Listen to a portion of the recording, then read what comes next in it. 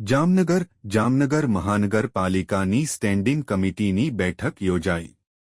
સલગ જામનગર મહાનગરપાલિકાની સ્ટેન્ડિંગ કમિટીની બેઠક યોજાઈ, જેમાં જામનગર શહેર વિકાસ કાર્યો માટે 3,51,00,000 રૂપિયા મંજૂર કરવામાં આવ્યા. આ બેઠક સ્ટેન્ડિંગ ચેરમેન નિલેશભાઈ કગથરાના અધ્યક્ષ સ્થાને યોજવામાં આવી. આ બેઠકમાં mayor Vinod Khimsuriya, deputy mayor Krishnaben Sodha, શાસક પક્ષના નેતા આશિષભાઈ જોશી, કમિશનર ડી.એન.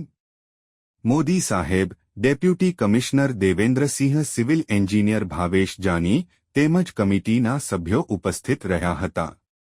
રિપોર્ટર વિશ્વનાથ જોશી. આજરોજ મળેલ જામનગર મહાનગરપાલિકાની સ્ટેન્ડિંગ કમિટીમાં કુલ 9 રેગ્યુલર એજન્ડા અને 11 ચેર ઉપરથી એજન્ડા હતા, જેની કુલ કિંમત 3,51,00,000 જેવી થાય છે, જેને બહાલી આપવામાં આવેલ છે.